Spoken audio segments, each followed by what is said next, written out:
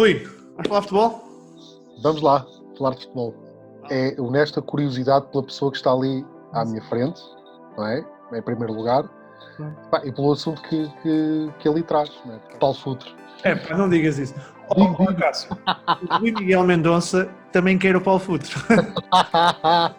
Mas vais-te lembrar de um jogo que, salvo erro, foi hoje que fez aniversário, o Azel Alkmaar.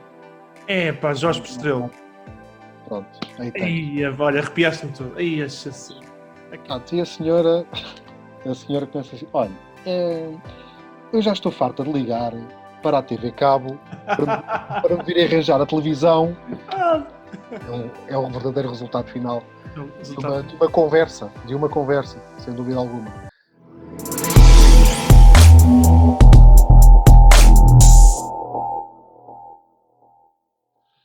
Rui, vamos falar de futebol?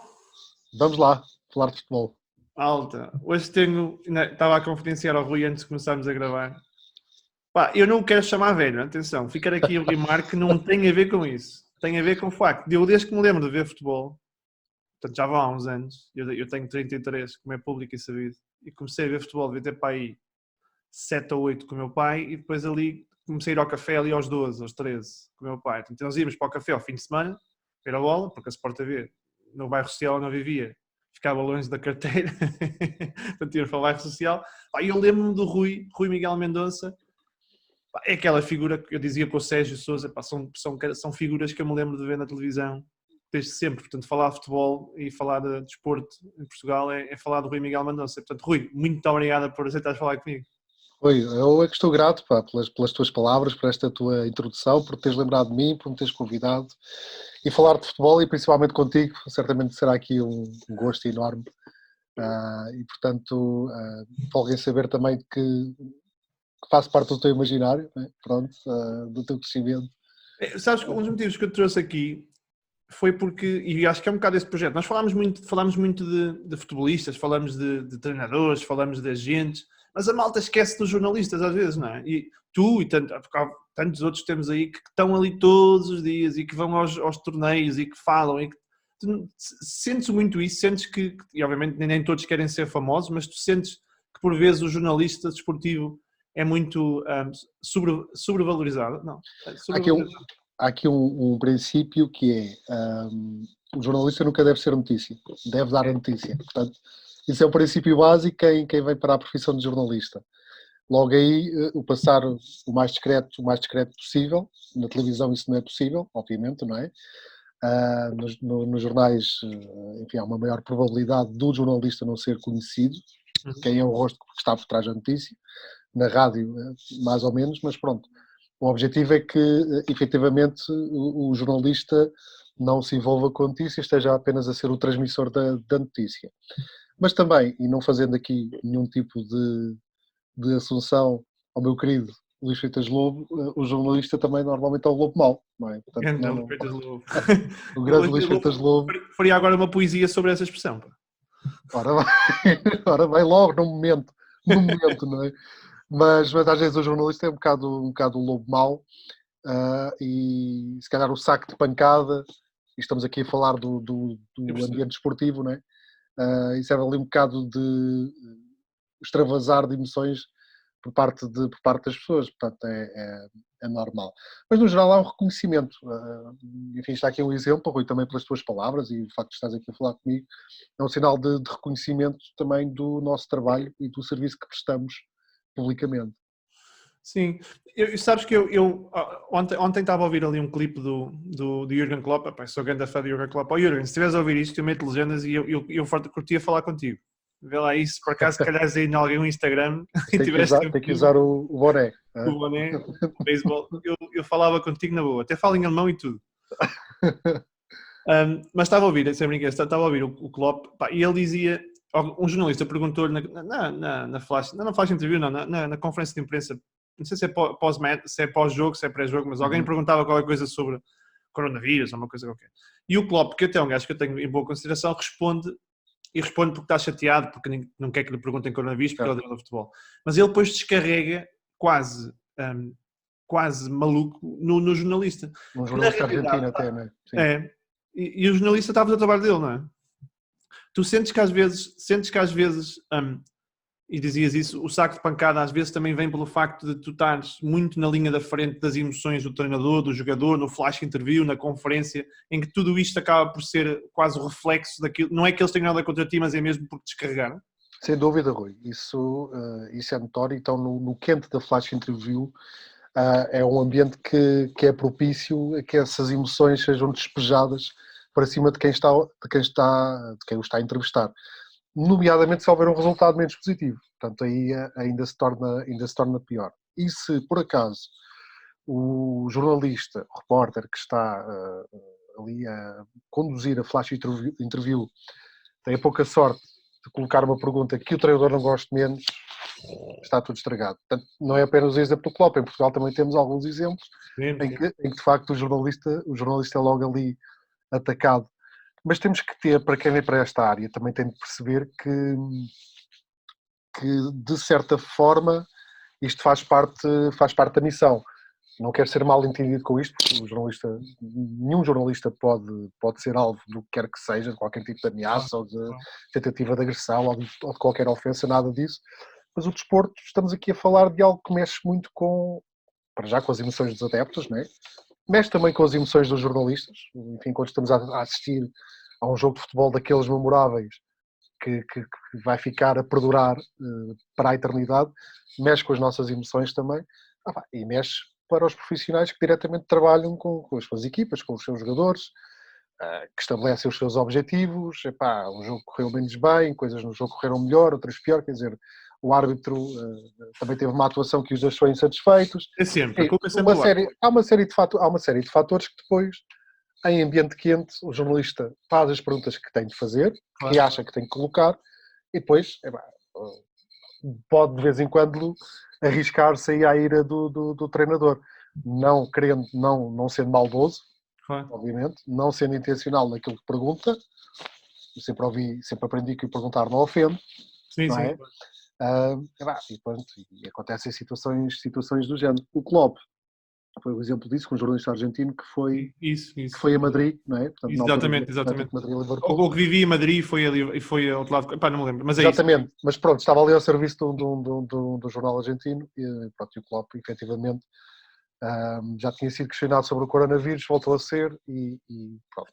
Eu até acho que ali foi de certa forma incorreto em algumas coisas, mas eu também... Sim, aquela imagem do Klopp que conhecemos, do tipo porreiro, né, 5 estrelas, se calhar desvaneceu-se ali um bocadinho naquele momento. Teve um dia mau, tinha acabado de perder um jogo. Sim, o Liverpool não está habituado a isso esta época. Porque o Simeone limpou-os a todos, pá. É verdade. O Simeone é um chato, como dizia o Luís Freitas Lobo, o homem que ele é bom é para... Olha, eu digo mais, se alguém quer descobrir a cura para o coronavírus é chamar o Simeone, porque se há coisa que o gajo faz é que... É verdade, sem dúvida. Olha, pá, eu sempre me perguntei, em malta como tu, e malta que faz os flashes e não sei o quê, eu não te vou perguntar o teu clube, mas a malta sabe o meu, não é? Portanto, eu sou sportinguista, não há forma de eu esconder isto, porque eu bem queria esconder antes dos podcasts, mas depois fui ao meu Facebook e percebi que tinha que apagar a minha vida toda que lá estava. Eu se fosse jornalista e estivesse a fazer um flash interview ao JJ, eu tinha muita dificuldade em dizer, pô Jota, como é que é, meu? Porquê que tu não tiras o Bataglia ali aos 60 minutos? O que é que te passa pela cabeça? Como é que vocês, eu não sei se tu tens clube, mas todos nós temos alguma afeição por alguma coisa. O que é que vocês têm que trabalhar para se garantir que não passam, que aquilo não tens a tua opinião pessoal, que aquilo é mesmo profissional e somos imparciais. Somos imparciais, não é? Imparciais, isso, obrigado pela palavra. Vamos lá ver. Non-biased. Vamos lá ver uma coisa. Todos nós, os que acompanham o fenómeno futebolístico desde a infância, já tiveram clube, nasceram com clube, não é? Portanto, ou os que não nasceram e que começaram a gostar de futebol, acabaram por, enfim, digamos, se ligar emocionalmente a um determinado emblema. Eu não fujo à regra dos mortais, não é? Portanto, eu de facto tinha clube, quando na minha infância e cresci com clube, mas muito apaixonado por futebol e a adorar muito o fenómeno futebolístico e a querer conhecer mais e mais. E quando cheguei à profissão, quando me iniciei na carreira de jornalista de desporto, de maneira diferente, continuava a ter clube, A diferença é que, em primeiro lugar, há vestir a capa de jornalista e saber que há uma ética a cumprir. Uhum. Pronto, e essa ética é inegociável. Portanto, tem de ser cumprida à risca. Ah, o jornalista não assina um juramento como faz o médico, mas é quase. Mas é quase, não é? Portanto, vou assinar o código deontológico, não é? E ter a carteira de jornalista, portanto, é o juramento do jornalista que, a partir daquele momento, vai exercer o seu dever profissional perante todas as nuances que envolvem o ser jornalista. Esse é o primeiro ponto. O segundo ponto, à medida que eu fui conhecendo o fenómeno futebolístico, fui conhecendo pessoas ligadas a outros clubes, que fui convivendo com treinadores, fui convivendo com jogadores, fui conhecendo dirigentes, essa clubite, se assim quisermos chamar, e se o permites, Claro. foi-se diluindo, quer dizer, e passou para mim a ser normal o estar a trabalhar, às vezes no clube, e estava o meu clube a jogar, portanto, e para mim ser algo completamente indiferente se ganhasse, se empatasse, se perdesse. Não, eu estava ali a cumprir o meu dever, até porque do outro lado, outra equipa, também estavam pessoas que eu conheci, pessoas que aprendi, se calhar também a admirar, num outro contexto. Claro. E, portanto, passou a ser completamente normal para mim o conviver sem essa necessidade de apoiar um clube. Claro. Portanto, e se perguntares isto à generalidade dos jornalistas de desporto, já por não dizer a totalidade, eles dirão o mesmo porque de facto isto é um sentimento transversal. Portanto, o clubismo acaba por desaparecer. Eu estava, obviamente que eu estava a brincar, porque eu falei aqui há uns dias com o João Tralhão, grande abraço para o João, foi uma conversa. Um abraço para ele também. Sim. O homem sabe de futebol que chateia. E ele é treinador do Benfica, né? Portanto, e vou ter aqui o Pedro Ferreira, que é o Chief Scouting do Benfica, para falar de uma área que eu acho que também é pouco falado e que o Benfica faz muito bem. O scouting, exatamente, é muito importante. Muito bem, muito bem. E olha, por exemplo, fiz o convite ao Joel Rocha, que era do futsal Benfica, que é um grande treinador. Grande treinador. Ele vai ouvir isto, que ele gosta de ouvir. Pá, Joel, grande abraço, és o maior. Eu sou grande fã do Nuno Dias, do Sporting, mas eu sabes que eu também tenho... O Nuno Dias é o maior. Mas eu gosto muito dos dois, sabes? Por causa desta coisa que eles têm, aquela rivalidade, aquela picardia. E o que me move no futebol, e que eu acho que também é muito o que tu dizes e que tu também gostas, é pá, nós podemos ser clubes diferentes e podemos ter paixões diferentes e até podemos nos chatear no momento e ficar... Mas na realidade, nós temos é que saber apreciar quem faz um bom trabalho, não é? E o Benfica faz um grande trabalho e o Sporting fazem outras coisas e o Porto fazem outras coisas e eu pessoalmente acho que devemos apreciar o que se faz bom. Mas se falar do intelectualmente honesto, aqui temos que ser desportivamente honestos, não é? Portanto, claro, quando olharmos para os grandes exemplos, sem dúvida alguma. Olha, Rui, Champions League ou Europeu? Olha, essa é uma pergunta de vários milhões, vou-te perguntar porquê. Porque o primeiro europeu de que eu me recordo é o Euro 84, esse grande europeu em França, essa grande seleção nacional. Olha, por acaso, creio que foi o Canal 11 tentado... Não é o Canal 11, Sport TV, então, por amor de Deus. Calma, Sport TV.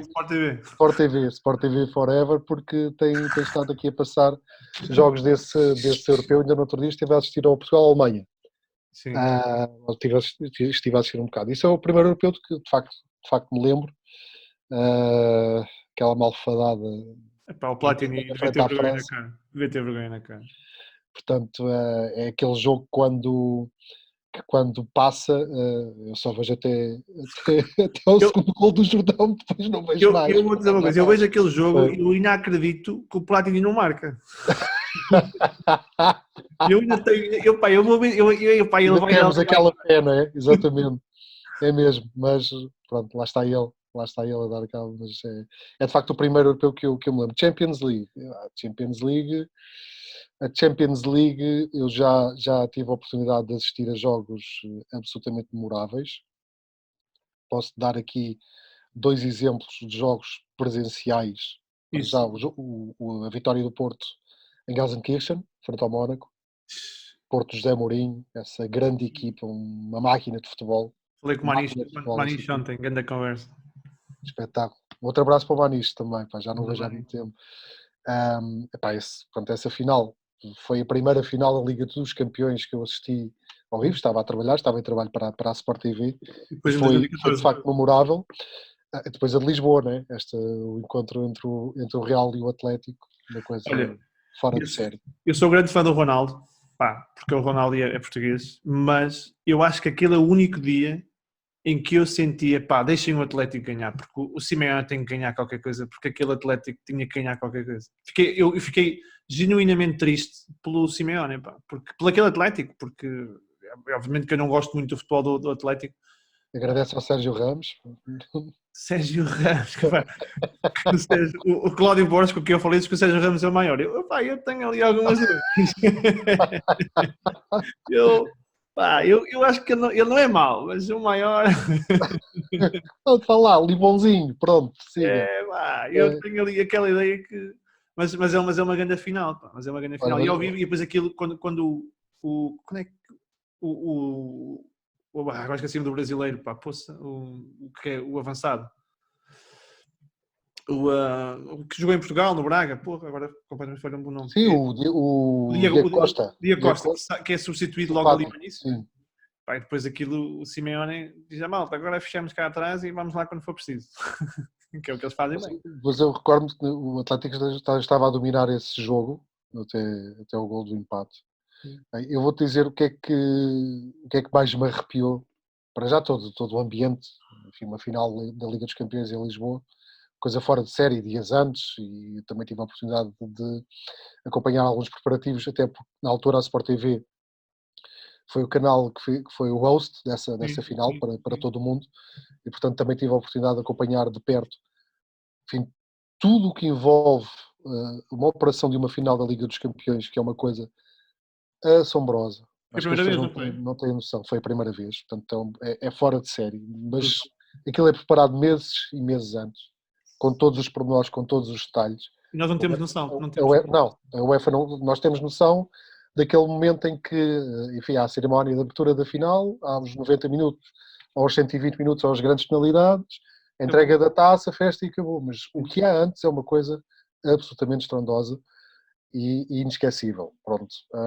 Eu tive a oportunidade de acompanhar de perto toda essa operação, mas aquilo que mais me arrepiou, porque eu depois, durante o jogo, estive numa das bancadas e estava na bancada mesmo ao lado dos adeptos do Atlético de Madrid. Uhum. É uma coisa... São incríveis, não é? É incrível. É incrível. Tens vontade de levantar e cantar com eles. Seja qual for o teu clube, tens mesmo vontade de cantar com eles. Eu acho Eles que não cantava. param. É inacreditável. É inacreditável. É uma loucura. É uma loucura. E depois, quando estão perto de ganhar uma final da Liga dos Campeões e ainda por cima ao Real Madrid, morrem na praia. Pá, coitado dos homens. Não, Pá, e o ambiente de ilusão é arrepiante mesmo. um abraço para os adeptos do Atlético. Pá. Pô, Verdade. Merecem. Sabe, eu vi uma vez, vi um jogo do Atlético do Quique Flores, em Alvalade, quando tinha, eu não lembro se o Simão jogava, mas tinha o Diego Forlán, tinha o Kun Agüero, né, que foi jogado, acho que foi, não sei se acho que foi, para ser Liga Europa, porque o Sporting nós vamos mais vezes. Não foi na altura, creio que foi com o Carlos Carvalhal, o Sporting com o Carlos Carvalhal, não foi? Talvez, eu acho que aquilo foi um mata-mata, eu acho que nós tínhamos jogado em Madrid, depois jogamos em Lisboa e depois não passamos. Eu já não lembro se era o Carlos, mas sei que o Atlético é o Atlético do Kika. Pá, e eu estava no meu lugar, eu tinha Gamebox, na altura que acreditava que Gamebox era uma coisa boa, e portanto tinha a Gamebox. É verdade, porque ele é um bocado do meu sistema nervoso. Tu sabes que tens que ir, porque pagaste, és português, tens que pagar, pagaste é consumir tudo que podes, e depois vais lá e sofres todas as semanas, pá, aquilo é uma chatice. E eu então fui ao estádio, eu estava na A21, A26, não me lembro, aquele no meio, pá, e os gajos do Atlético estão na curva, né? Estão naquele canto. E eles não param o jogo todo. É o jogo todo. É uma coisa incrível. Todo. Olha, o comparável, mais ou menos que bem que eu pude assistir, são os adeptos do Celtic. Também é uma coisa inacreditável. Estejam a ganhar ou a perder, é uma festa, pá, e sentes-te envolvido. Não tens hipótese. Quem gosta sente-se envolvido. Não tem hipótese. Olha, quando o hino da Liga dos Campeões toca, tu queres ir para o line-up em frente à câmara para também te pôr em posição? Quero. Dá-me muito essa vontade. Brutal. Adoro o hino da Liga dos Campeões. É uma Aquilo coisa arrepia ao vivo, não é? arrepia bastante, arrepia bastante. Eu há bocado acabei por não te responder à pergunta do Euro É Liga dos verdade, é Campeões, verdade. não Disse. é? Porque considerei aqui os dois em patamares, porque lá está, eu falo por experiências, não é? Portanto, eu olhando também para a experiência do Euro, eu estive em serviço como repórter destacado para o Euro 2000, na Holanda e Bélgica. Sim, sim. Tinhas tu 5 anos, 5 6 Não, anos, também, não é? também exagero, poça.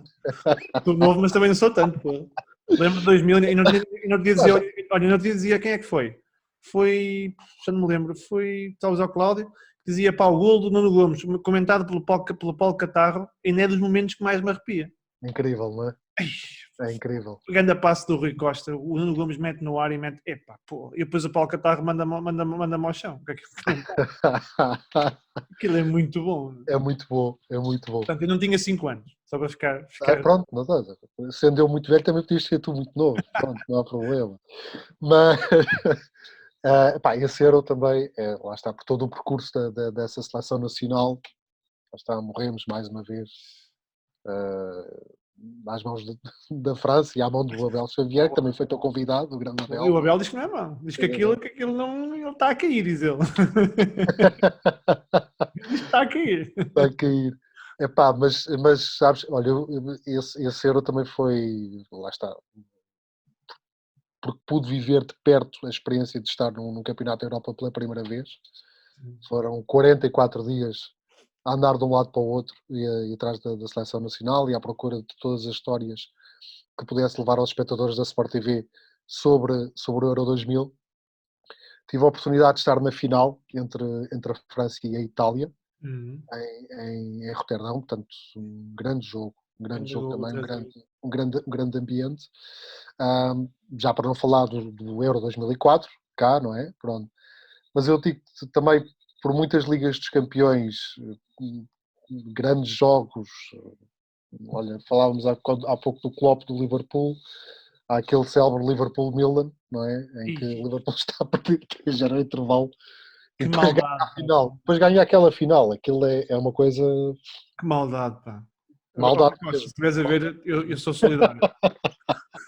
Que maldade, pá. Pô.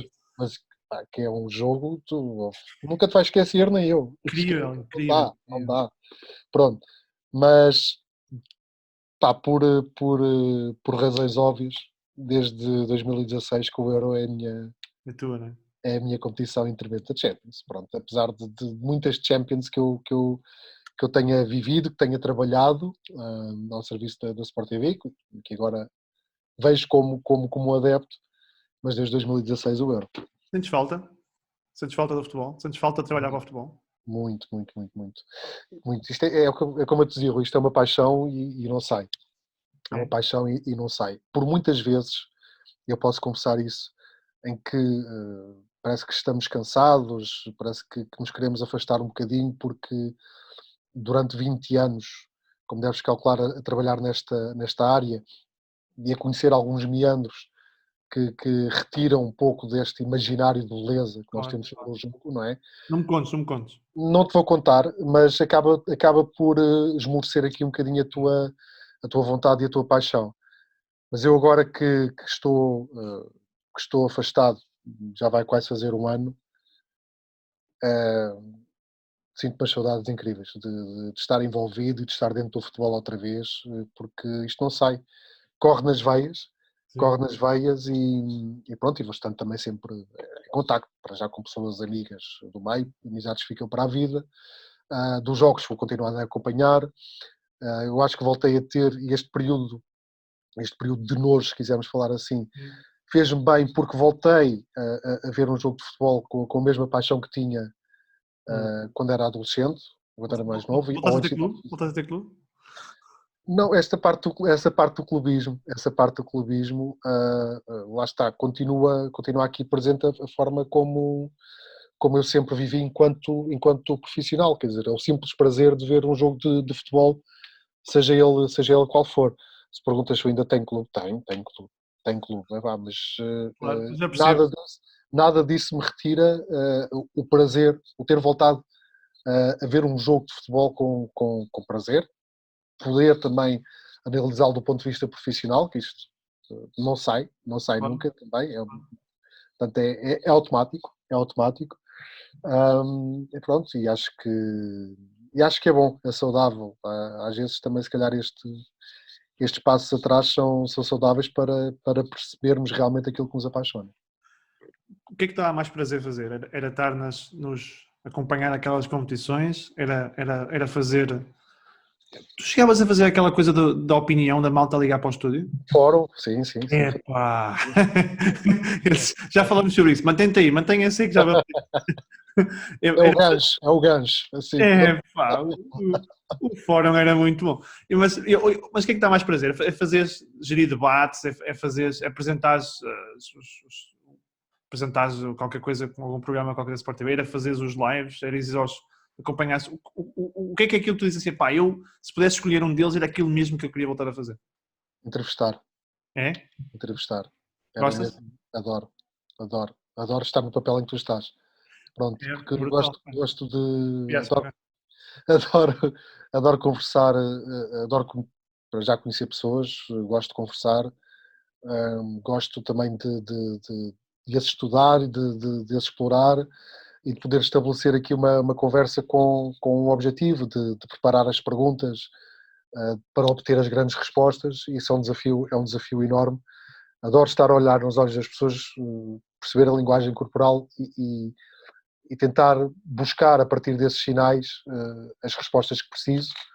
Gosto desse jogo e de facto é do que eu sinto mais saudades, é de fazer isso em televisão, esse confronto. Sabes que eu nunca fui, eu não sou jornalista, nem coisa que se pareça, eu não quero desrespeitar a classe jornalística, eu sou um interessado do futebol que gosta de falar.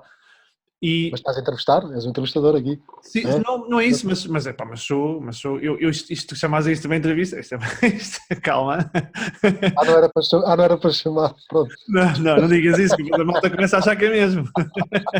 Depois crias-me aqui um problema, pá. Mas eu comecei a fazer isto num projeto que não tem a ver com futebol, que é um projeto que eu tenho, que é uma fundação, que é a Talk It Through Foundation, que é um projeto onde eu falo com malta em todo o mundo que fazem coisas de cariz social, que têm fundações para combater ou para ajudar a malta que sofre de violência doméstica, de child abuse, de drug addiction, e que fazem que muitas coisas e que ajudam pessoas de mais idade a não estar sozinhas. Portanto, falo com malta que são absolutamente incríveis. E ao fazer esse projeto, que era um projeto que eu faço por todo o gosto, apesar de nenhum destes ser o meu trabalho o tempo inteiro, apanhei este gosto. E apanhei o gosto, não é porque eu gosto, não é porque eu queira ser entrevistador ou queira trabalhar para a Sport TV ou para o Canal 11, ou para a malta da Sport TV. Se precisarem de alguém, mandar aí um abraço. Mas eu gosto, sabes, eu gosto desta conversa de...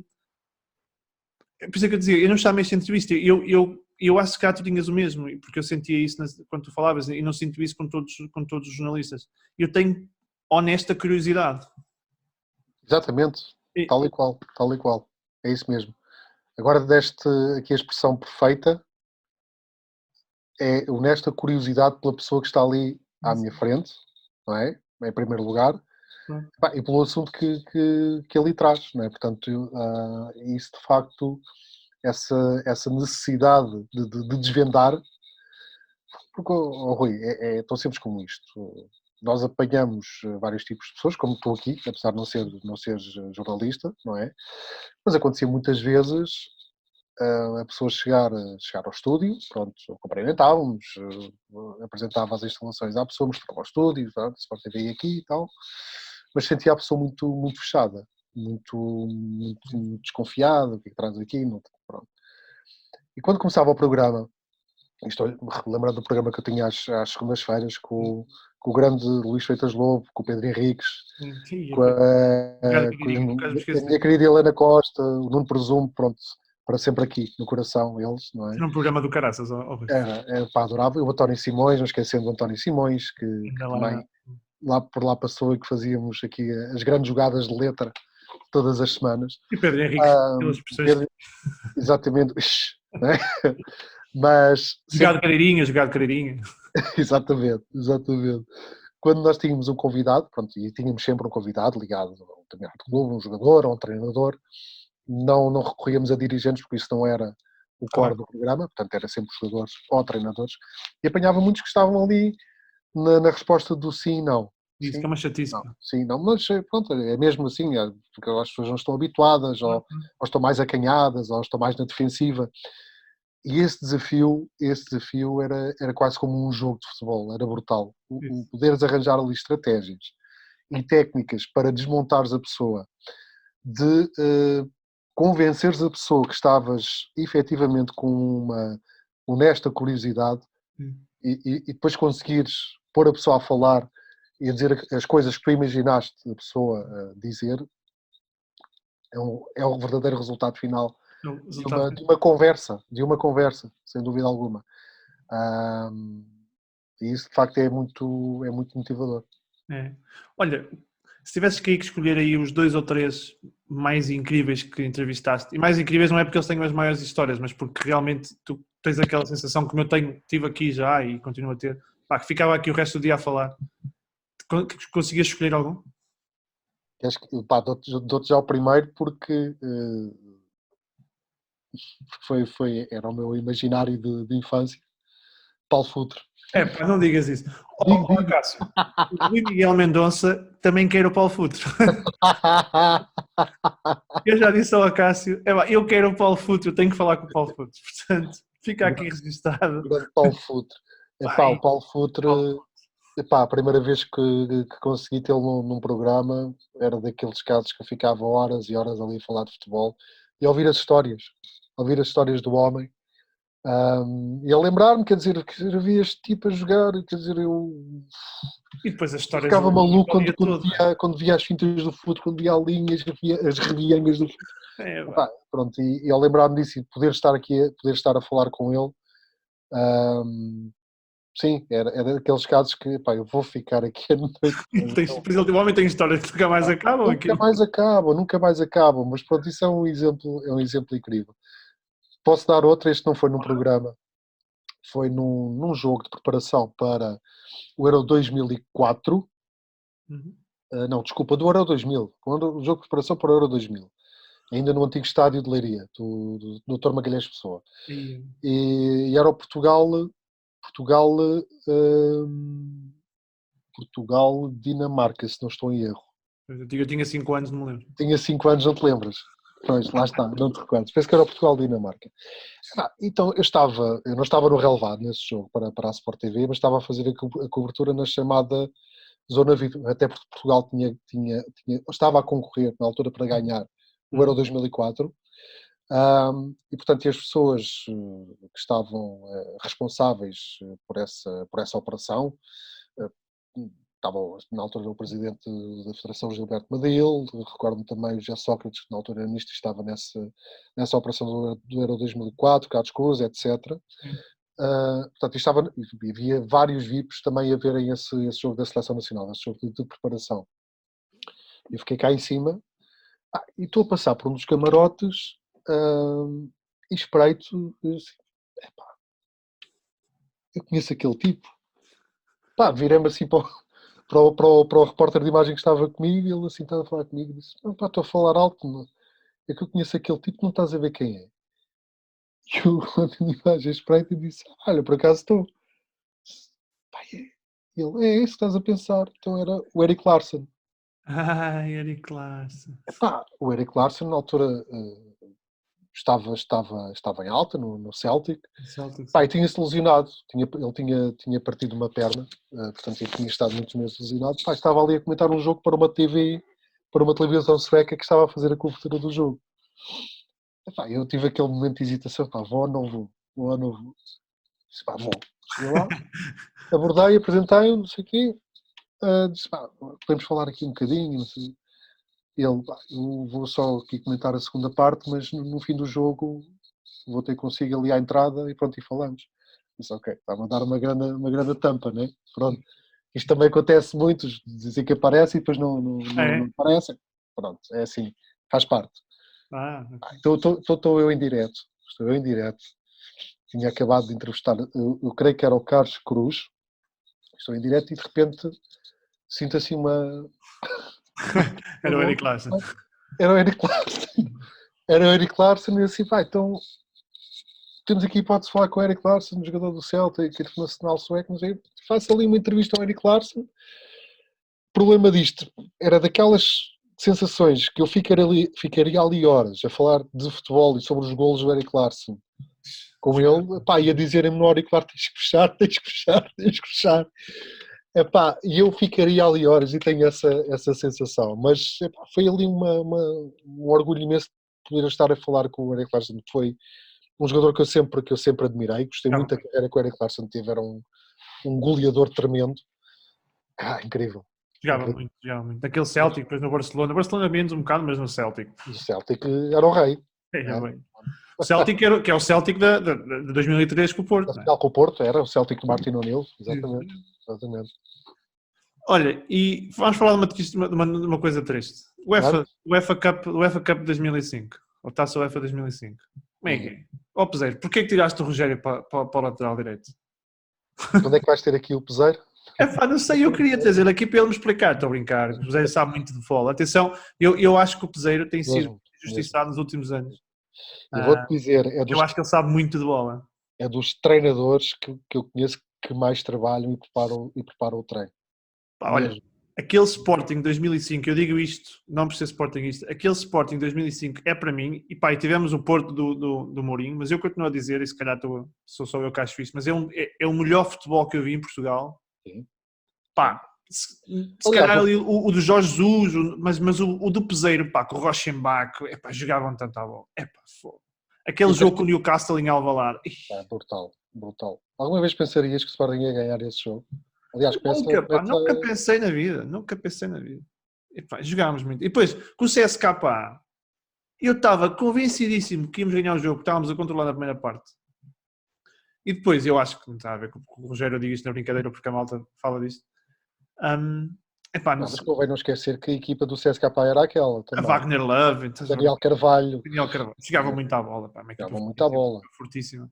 E, portanto, mas olha, é uma das grandes tristezas, e perdemos em 2004 com a seleção, portanto, aquilo, para quem tinha na altura, portanto, eu em 2000 tinha 5, tinha 11 anos em 2004, um tipo com 11 anos que perde o Euro 2004, depois perde a Taça UEFA 2000. Eu pensei na minha vida, pá, eu estou destinado a perder sempre. E depois a seleção perde nos meios finais de 2006, tinha perdido 2000, pensava, malta, como é que é? Algum dia olha, eu disse a fazer quando tinhas à vida, não é? Pá, eu disse ao Será que vale a pena gostar disto? Não? Eu disse ao Abel Xavier na brincadeira, pá, eu em 2016, quando ganhámos o Euro, liguei para um grande amigo meu, o Gonçalo, que é benfiquista, e disse, pá, Gonçalo, como é que eu celebro títulos? Que eu sou do Sporting, não estou habituado. Como é que isto me conhece fazer? O que é salto? O que é que se faz? Não sei, meu. Não faço ideia, pá.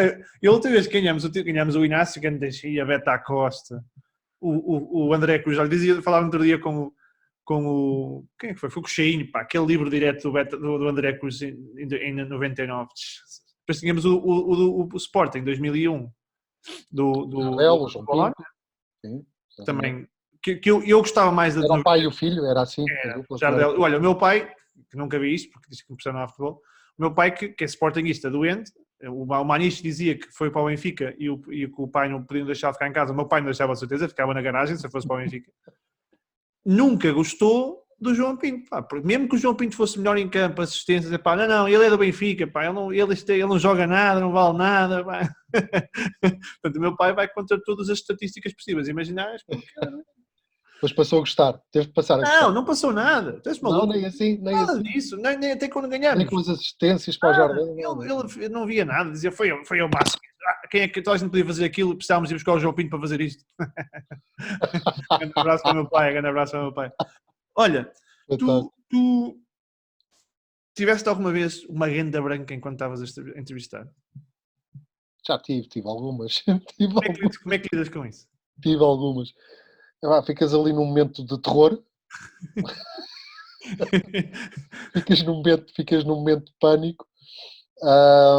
Mas depois lá está. A experiência, a criatividade, a vivência, consegues, enfim, tentar dar ali a volta à situação embrulhas-te ali um bocadinho, tentas ir arranjar todas as bengalas que conheces para poderes ganhar tempo até recuperares ali um bocado da memória sobre aquilo que ias dizer, mas sim, já aconteceram algumas. Se calhar não tanto em entrevistas, mas já me aconteceram situações que eu posso dizer, quando estando a apresentar enquanto pivô, uma vez que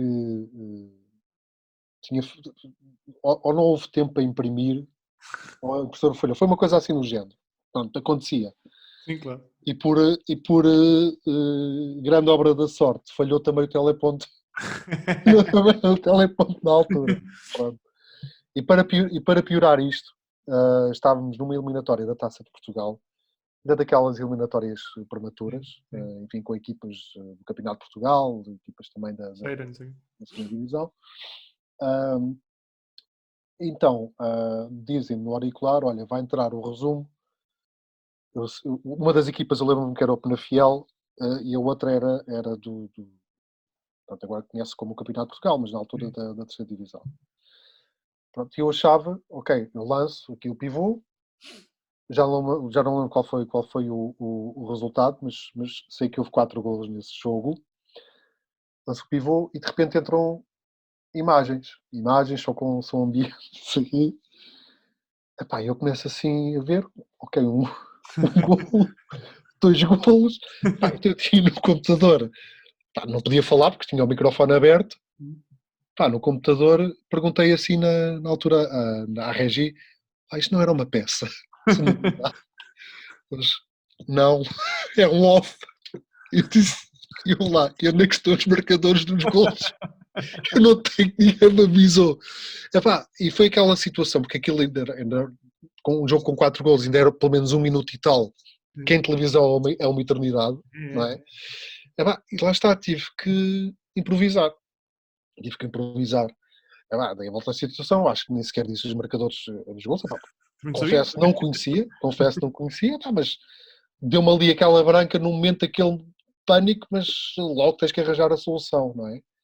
E pronto, dei ali coisa, uma história qualquer, à volta das duas equipas e da outra que tinha passado. E disse, ok, então veja os golos e o resumo completo do jogo mais logo nas últimas notícias, uma coisa assim do género. Mas pronto, isto para te dizer que sim, isso faz parte de quem está em direto.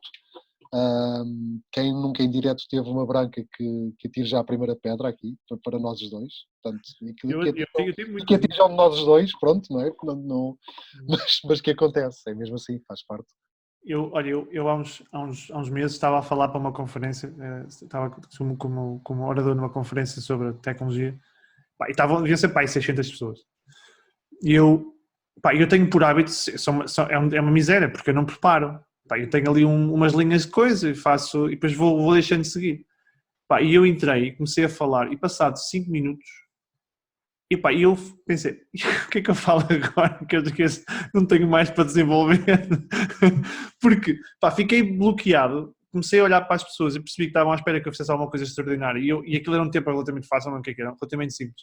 E eu fui muito rápido e depois fiquei sem nada para dizer, estás a ver? Porque há temas que não consegues muito desenvolver, são coisas muito, muito superficiais. Olha, comecei a inventar e a falar sobre economia e sociedade e não sei o quê. Depois a malta acha muita graça a isso. Sociedade e tal. E espetáculo. Inventei ali uma coisa que foi tecnologia para a sociedade e a malta achou graça, mas fiquei completamente bloqueado. Pensei, é aquele princípio, quando não sabes, inventas, não é? Pronto, tem que ser por aí. Olha, os 3 maiores comunicadores com quem trabalhaste? Os 3 maiores comunicadores com quem trabalhei. Essa é uma pergunta tramada. Porque de facto trabalhei aqui com profissionais de excelência ao longo do meu trajeto. Comecei na rádio, já agora só para enquadrar um bocadinho, comecei na rádio comercial, onde tive a oportunidade de conhecer pessoas que só conhecia pela voz, e estava habituado a ouvir nos relatos, os casos do Abel Figueiredo, os casos do grande Fernando Emílio, o Paulo Cintrão também na altura, quer dizer, eu só os conhecia por voz, pronto, e tinha uma admiração para aquela gente. Gosto muito de rádio. Inacreditável. E aprendi muita coisa, muito do que sei, do que levei para o meu trajeto no jornalismo de desporto aprendi com eles, principalmente aqui com duas pessoas que tiveram a paciência de maturar e de me ensinar e que eu não podia deixar de mencionar, que é o Paulo Cintrão, que, enfim, nos primeiros tempos pensava que me ia bater, porque eu estava em estágio, não é? Portanto, nem um sorriso esboçava, e pensava, este tipo qualquer dia vai encher-me de pancada. Pronto. O senhor da comunicação. E o Carlos Boto é uma pessoa a quem estarei para sempre agradecido, porque de facto me ensinou muito do que é estar no terreno, em reportagem. Ensinou muito da importância dos contactos, do estabelecer relações, porque o jornalismo, qualquer jornalismo, não vive só das entrevistas, não é? Ou dos furos. Não o jornalismo é uma profissão muito relacional, portanto, e é assim que se conseguem também os grandes trabalhos e também as grandes amizades. Portanto, estes dois de certeza. O Abel Figueiredo, porque, enfim, já partiu e ficará também para sempre na minha memória, porque foi com o Abel que eu fiz a minha primeira reportagem de pista. Portanto, aquilo que eu ouvia em miúdo, ao ouvir os relatos, eu finalmente pude passar pela experiência do que era fazer realmente um relato de futebol e de estar na pista. E se tu falavas em brancas, então experimenta fazer uma reportagem de pista num relato de futebol. Pá, parece que é tudo maravilhoso quando ouves e que a coisa sai e flui, mas quando estás num momento ainda miúdo, né? Pronto, que era o meu caso, a pressão toda, sentes a pressão toda do estádio, de um estádio cheio, a pressão de teres que pintar rapidamente com imagens, né? Aquilo que se está a passar no relevado. Se queres falar em brancas, então esse jogo pode ser um bom exemplo, mas uma coisa inacreditável, e lá está, o Abel também me ensinou muito sobre a maneira de estar em pista, em ambiente de relato. Portanto, são pessoas que primeiramente eu vou para sempre estar agradecido. E depois, claro, no trajeto da Sport TV, enfim, foram 20 anos, foram quase 20 anos, portanto, muita gente que me marcou, e por isso estarei para sempre agradecido. Não vou, se me permites, particularizar, porque de facto a Sport TV é a minha casa e estará para sempre no meu coração, e viverei sempre com muita emoção tudo o que diga respeito à Sport TV, porque é mesmo assim, tenho amigos, Tem muita gente de qualidade. tenho vivências, tenho memórias, tenho muita gente de qualidade, muita gente que me ensinou, muita gente que me possibilitou eu evoluir e crescer como pessoa, como profissional, na minha carreira. Muita gente me foi dizendo: faz assim, não faças assim. Levei na cabeça muitas vezes, e ainda bem.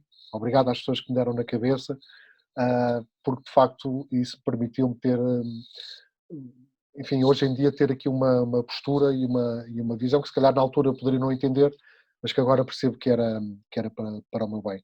Pronto, por isso eu não vou... gente que me marcou tive realmente muita. Agora posso dizer que tive a felicidade de entrevistar grandes comunicadores da nossa praça, de os poder conhecer, e de poder, naquele momento em que tive a oportunidade de estar com eles pessoalmente, de aprender ainda mais. Posso dar aqui os nomes, por exemplo, Júlio Isidro, um senhor, uma coisa... Senhor da televisão, senhor televisão. Senhor televisão, uma coisa fenomenal. O António Sala. E olha outro. Espetacular. Adorei. E foram essas duas personalidades, como exemplo, só naquele bocadinho que eu estive com eles, eu acho que aprendi mais do que se calhar em vários anos de carreira, quer dizer, e de facto são duas pessoas marcantes. Depois, enfim, eu acho que tu, apesar de em 2000 tinhas 5 anos, mas vais-te lembrar de um jogo que, salvo erro, foi hoje que fez aniversário, o Aze Alkmaar. É pá, Jorge Pestrelo. Pronto, aí tem. Olha, arrepiaste-me tudo. Até por tudo aquilo que aconteceu depois, não é? Até por tudo aquilo que aconteceu depois. É que eu vou-te contar, eu estava em Guimarães, estava na praça principal de Guimarães, pá, e E eu não conseguia acreditar que não íamos passar ao Alkmaar, porque achava que nós éramos muito melhores que o Alkmaar. E estava a ouvir o relato. Pá, e o Jorge Prestrelo, quando o Miguel Garcia, grande Miguel, estás paz comigo, pá, sempre, toda a minha vida, és o maior, és tu que deste uma das mais alegrias da minha vida. Pá, eu até me emociono, quando o Jorge Prestrelo, ele relata o golo, eu acho que é dos momentos mais impressionantes que eu vivi na minha vida. Aquilo é pura emoção. Epá, é uma coisa absolutamente assustadora. O Jorge que tinha este... Ainda ouves de vez em quando. Ouço, epá, ainda te arrepias, não é? Muito. Eu estou-me a arrepiar agora, Rui. Epá, eu gosto muito de rádio, dizer que eu gosto de podcasts, mas se eu gosto muito de rádio, eu acho que aquele jogo, e o Jorge Pastrello tinha isso muito, epá, e foi, eu não o conheço, nunca tive o prazer de conhecer, mas fiquei quase triste como se fosse um familiar. Porque o Jorge Pastrello a fazer relato é mais visual do que um jogo de futebol em televisão. Sim, e isso significa, isso explica tudo, não é? Completamente. É brutal, pá, brutal. Ainda bem que falaste sobre isso, porque é uma grande homenagem ao Jorge Pastrello e a todos aqueles que trabalharam com ele. Porque se eu ainda hoje gosto de relatos, e se ainda hoje falo no Ripa na Rapaqueca.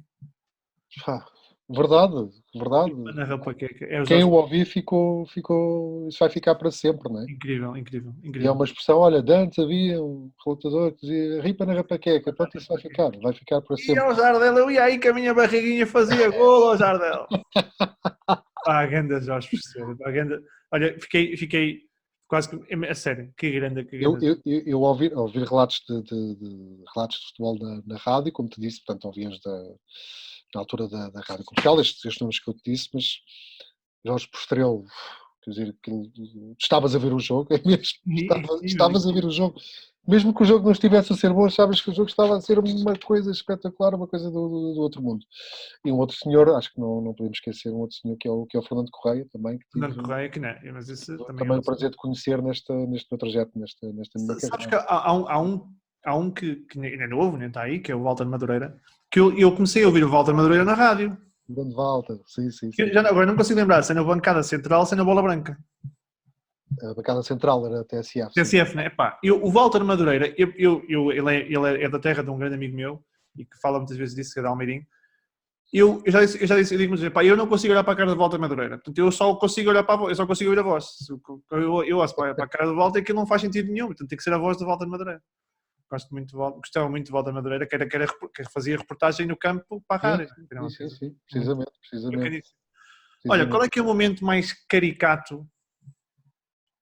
Eu não diria caricato, caricato / complicado que tiveste na tua carreira? Em que tu estás, mas o que é que eu faço agora? O caricato, acho que podes ir ao YouTube e vais poder. Não sabes o que eu estou a falar ou não? Eu não sei, eu não sei só se é o teu, só se é o do presidente, não é? Não é isso. Porque eu esse achei caricato, mas eu não queria dar por aí. Este caricato tem piada. É pior? Tem que ver. Tem piada. Piada. Tem piada, não disse pior. Pronto. Então é assim, Fórum Sport TV, não sei se já tinhas aí, se era o próximo tema. Era o próximo. Mas aí é um dos momentos mais Fórum Sport TV é uma mina. É uma mina. Porquê? Estava no fórum, precisamente, e quem estava comigo era o João Rosado. Sim. Portanto, lançamos o tema, opiniões, não sei o que. Entretanto, liga uma senhora que começa a falar sobre o tema e, no fim da intervenção, pergunta: eu posso só dizer mais uma coisinha, não sei o quê. E eu disse: olha, já esgotou o tempo, mas como estamos no Natal, estamos na altura do Natal, eu estou aqui com um espírito bondoso, portanto, faz favor. E a senhora começa assim: olha, eu já estou farta de ligar para a TV Cabo para me virem arranjar a televisão, mas ou não me atendem ou dizem que vêm no dia e depois não aparecem. Eu já não sei para onde hei de ligar. Diga-me lá uma coisa, pode mandar aqui alguém para me vir arranjar a televisão? Bem,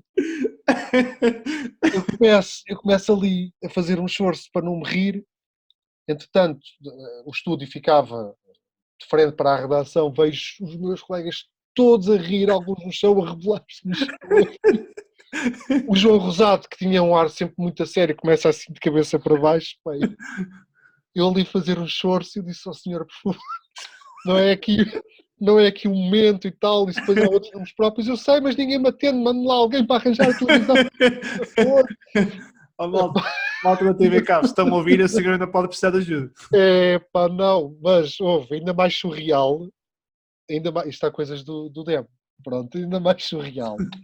Foi, passado uns meses, estou novamente num fórum, e lanço o nome de uma senhora, penso assim, pá, este nome não é estranho. Pensei que é para mim. Pronto, lança a senhora. E a senhora novamente fala do tema e novamente pergunta, posso só dizer mais uma coisinha? E eu fez-se luz, assim, Déjà vu. da TV Cabo. E assim, aí começa tudo assim na auricular a dizer-me coisas, para ver se eu me ria, né? Também a malta gosta de fazer essas partidas. E a senhora diz assim, olha, era para lhe agradecer, veio cá o senhor da TV Cabo e a televisão ficou arranjada. Olha, mas aquilo do fórum, eu não consegui ver muitas vezes porque aquilo tu falavas muito. Participaste alguma vez? Não. Então. Não, mas gostava de ouvir. Pá, porque gostava de ouvir. Primeiro porque eu acho que havia muita malta que ligava para lá e depois tinhas muitos reformados, percebiam de futebol e pá, diziam coisas interessantes. Verdade. Mas depois também tinhas malta que cada coisa era engraçadíssimo, mano. É verdade. Aparecia ali um pouco de tudo. Aquilo, Mas aquilo era um espírito inacreditável, porque brutal. o fórum, recordo-me bem, começou no Euro 2004, nas emissões especiais que nós tínhamos sobre o Euro, começou nessa altura, e criou-se ali um espírito de comunhão e de família inacreditável que eu só ouvia, enfim, às vezes nos programas de rádio, no Bancada Central, por aí fora, coisas assim do género, e efetivamente o fórum criou esse espírito muito, muito característico e muito carismático. Então eu recordo-me que de vez em quando havia espectadores nossos que organizavam almoços no fórum e vinha gente do país todo, vinha gente do norte, vinha gente do Algarve. Marcávamos um sítio para o almoço e era a tarde toda a falarmos de futebol, a conhecermos melhor, a rirmos. E eram convívios inacreditáveis, imemoráveis. E isto também faz parte, Rui, do tal reconhecimento, não é, do trabalho enquanto jornalista, quer dizer, significa que aquele momento em que temos que chegar ali às pessoas e que temos de estar perto das pessoas e estar predispostos a ouvi-las, porque o espírito do fórum é esse, estarmos predispostos a ouvir a opinião das pessoas. Isso marcou-as e percebias que aquilo era importante. Aquilo era importante na vida das pessoas. Claro. Era mesmo. Algumas, se calhar, mais sozinhas, outras adoravam. porque tinham uma paixão pelo futebol fora do normal e queríamos esses convívios e de facto eram muito, muito salutares e são absolutamente inesquecíveis. Pronto, e tenho que dar também aqui uma palavra de agradecimento porque ficaria mesmo para sempre grato aos nossos espectadores, alguns deles que se tornaram amigos, por nos proporcionarem esses almoços e esses convívios e criarem do fórum da Sport TV quase um símbolo Sim, marcante. era fantástico. Sabes que o que eu gostava do Fórum Sport TV era aquela coisa de. Eu acho que havia muita malta, e depois esse cara posso estar a exagerar porque não conheço as famílias, mas eu acho que havia muita malta que estava em casa, muitos reformados, que se calhar ninguém os queria ouvir, não é? Porque vai falar futebol, pá, pai ou avô, tenho. E aquilo era um bocado um momento em que dizer, pá, eu vou ligar, eu vou falar, a minha opinião também conta. É um momento, exatamente. Eu acho que isso pá, pá, eu não via sempre, mas ouvia de vez em quando e gostava imenso. Olha, tu achas que a televisão e o jornalismo desportivo, e depois com o aparecimento dos canais que tu tiveste na Sporting TV, mas com os canais como a Benfica TV, a Sporting TV, depois o Porto Canal, que se associou ao Futebol Clube Porto, achas que o jornalismo desportivo evoluiu de forma positiva, ou o ruído que se faz à volta do futebol nos dias de hoje? E eu acho, infelizmente, sou um apaixonado por futebol, acho que o ruído estraga muito aquilo que eu mais adoro. Achas que o jornalismo paga a fatura desse ruído? Acho porque por causa desse ruído, o jornalista de desporto deixou de ter um acesso privilegiado a esse mundo. Portanto, deixou de estar perto dos jogadores, deixou de estar perto dos treinadores, deixou de estar diariamente nos clubes, enfim, para poder criar essa tal relação de confiança e poder construir o seu trabalho à base das notícias relacionadas com esse clube. Portanto, e recordo-me quando comecei, isto acontecia até mais nos jornais, na imprensa, portanto, os jornalistas que durante uma época inteira eram destacados só para determinado clube, portanto, só trabalhavam naquele clube e conheciam todas as pessoas ligadas àquele clube, conheciam tudo sobre o clube, conheciam os jogadores, conheciam as equipas técnicas, portanto, assistiam aos treinos, portanto, havia ali uma envolvência efetivamente privilegiada que quem vem para este mundo e para esta área gosta de ter, portanto, porque o trabalho é mesmo assim, tem de ser construído no terreno. Este ruído do futebol o que veio provocar foi o encerramento dos clubes, portanto, a essa envolvência, portanto, os jornalistas deixaram de fazer parte da vida e do dia-a-dia dos clubes, na questão presencial, e, portanto, o trabalho do jornalista passou a ser feito muito mais a partir da redação, não é? E do telefone, e pelo e-mail, ou pelo WhatsApp nos anos mais recentes, o que seja. Portanto, eu acho que o jornalismo de desporto pagou essa fatura, o facto de haver às vezes um esterismo tão grande à volta do futebol, onde o jogo deixa de ser o único fator que interessa quando entram outras questões politizadas. Portanto, a partir do momento em que se começou a politizar o futebol, perdeu-se um pouco dessa genuinidade. Os clubes passaram também, obviamente, a ter os seus receios e a fechar-se nas suas redomas. Eu acho que isso prejudicou muito a forma de se acompanhar o espetáculo de futebol, e sem dúvida alguma. Posso dar também outro exemplo, que ainda cresci na altura em que, quando éramos repórteres de pista, podíamos falar com os jogadores ao intervalo, podíamos falar no final, podíamos até ir junto aos bancos dos treinadores, ali nos segundos antes do kick-off, e recolher uma última opinião, e ninguém se zangava. Agora Isso dava emoção. Isso dava emoção ao espetáculo, à transmissão desportiva, seja na rádio ou na televisão. Isso desapareceu tudo. Desapareceu tudo, Rui. O futebol brasileiro ainda tem muito disso, não tem? O futebol brasileiro ainda tem muito disso. O francês também não tem, enfim, de estar ali a entrevistar os jogadores no relevado, mas ao intervalo tem uma super flash. Portanto, conseguem recolher opiniões ao intervalo, conseguem ir aos balneários também e gravar umas imagens das equipas. Isso só pode enriquecer a transmissão desportiva, só envolve o espectador. E isso perdeu-se tudo, e de facto essa fatura do ruído foi demasiadamente pesada para o jornalismo em si e para a própria transmissão do espetáculo desportivo. Não sei se tu sentes isso, também tu vês futebol há tantos anos, não é? Sinto. E consegues perceber essa diferença, não é? Sinto que vivemos muito mais, que somos muito mais obrigados a viver em notícias mais especuladas, em coisas muito mais sem confirmação. E depois dizemos, o jornalista não devia ter que confirmar. Mas eu também acho que às vezes, quer dizer, tu não tens muita forma, porque é tudo fechado em copas, ninguém fala, ninguém diz nada, e acabamos por que entras no mundo, ou não dizes rigorosamente nada, ou vais ter que começar a dizer coisas que se calhar só tens 70% de certeza, não é? Obviamente. Isso é um perigo, não é? É um perigo, e o facto de não teres acesso aos verdadeiros intervenientes, com medo que eles digam qualquer coisa que possa melindrar. Isto é transversal a todos os clubes, portanto, isto não é do clube A, B ou C, porque bastou, já nem sei quem foi o primeiro, também não interessa para o caso, mas bastou o primeiro a começar a aplicar esse tipo de medidas e de redomas, e portanto, e todos seguiram o mesmo. Já cheguei a ver, tristemente, enfim, clubes de menor dimensão a ter esse tipo de comportamento, e não faz sentido. E quando fazia o programa à segunda-feira, o resultado final, um programa que eu adorava conduzir e adorava preparar e adorava fazer, porque é um programa onde se falava só de futebol, só de futebol, portanto não havia... Resultado final, desculpa interromper, resultado final e mais futebol, são os dois programas que eu gostava. Pronto, o que é que o resultado final tinha? Competia já com aqueles formatos do ruído. Sim. Isso é muito fraquinho. Era uma competição injusta.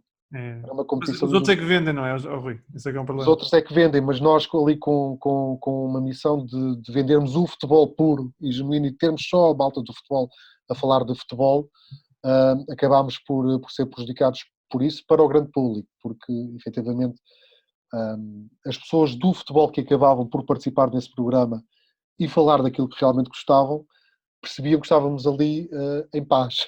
Sim. Portanto, nós estávamos ali para arranjar polémicas. Olha, eu digo-te que gostava, havia alguns programas que eu gostava. Gostava do resultado final, gostava do mais futebol, porque também é um registro, super. É muito registro daquilo que eu gosto de fazer aqui. Verdade. Olha, gostava do playoff. E tal, sim. Gostava do playoff. Quando tinha o Inácio, quando tinha o João Alves e antes, quando estava. Não necessariamente gostava de todos que lá estavam, mas acho que havia ali alguns do futebol que falavam de futebol. E depois havia muita coisa que se fazia que eu acho que destruiu. Os canais de televisão destruíram muito daquilo que é falar de futebol. E isso é uma coisa que me entristece. Sabes que eu queria este programa, agora uma parte, muito por causa disso.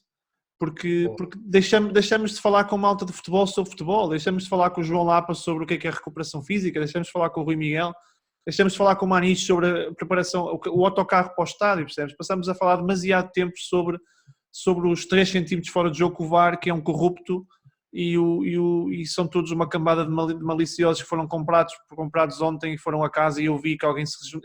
Isto é lixo, é lixo.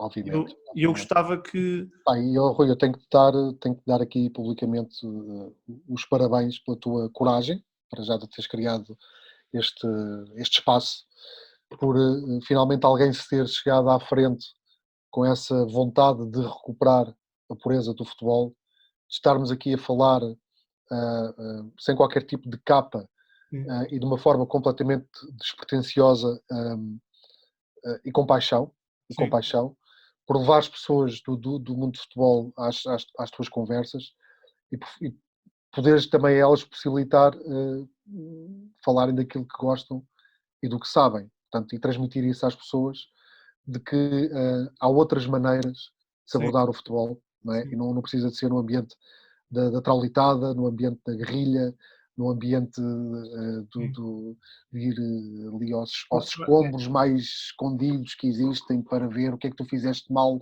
no passado. Portanto, eu tenho que dar uma palavra sincera de elogio do teu trabalho. Obrigado. E é um prazer.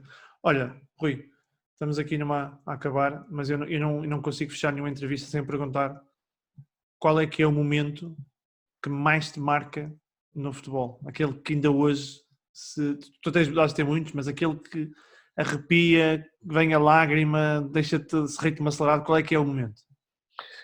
É um momento que ainda tenho esse barulho na minha cabeça. O regresso do Figo a Barcelona.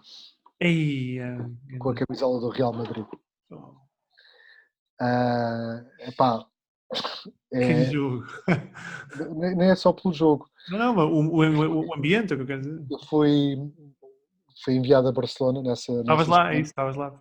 Para cobrir, enfim, esse regresso do Figo. Portanto, ali já não era o Barcelona do Real Madrid, era o Barcelona Figo. Todos os sentimentos que a saída do Figo para o Real Madrid originaram nas pessoas de Barcelona, uma coisa fora de série que eu nunca tinha visto, e via isso, percebia isso nos olhos das pessoas, porque, enfim, andava pela cidade, e na altura com o meu colega Lousada, um abraço para ele, que também estivemos aqui juntos nesta aventura, em que andámos pela cidade de Barcelona, para perceber, então, e o Figo, falava-se do Figo, caramba, a pessoa podia estar a rir como tu estás, transformava-se ali numa raiva. Acho que ainda hoje. Ainda hoje. Queríamos encontrar camisolas do Figo para fazermos algumas brincadeiras. Todas as camisolas do Figo do Barcelona tinham sido banidas, até, enfim, nas lojas de contrafação, nos espaços de contrafação, tudo absolutamente banido. mas o que mais impressiona depois é o dia do jogo, a transmissão Sport TV, estou no relevado de Camp Nou, fazer pista. E o Figo entra, ou o Real Madrid entra, e é aquele subiu 120 mil pessoas. Epá, Diz que tremeu o estádio, não é? aquilo é uma coisa, é indescritível. Depois da cabeça de porco. Não, mas o barulho diz que foi equivalente a um sismo. Esquece, é inacreditável. Eu estava com os escutadores, não é? Portanto, e parecia que não estava, quer dizer, aquilo entrava-me pelos ouvidos e pela cabeça adentro, e ainda hoje isto ficou presente, porque é um barulho assustador. Assustador. Portanto, e acho que, porque eu estava no relevado, portanto ainda sentes mais. Lá embaixo ainda sentes mais. Está aquela célebre imagem do Figo, não é? Fazer assim. Incrível, não é? Opa, e é absolutamente arrepiante. Eu acho que esse foi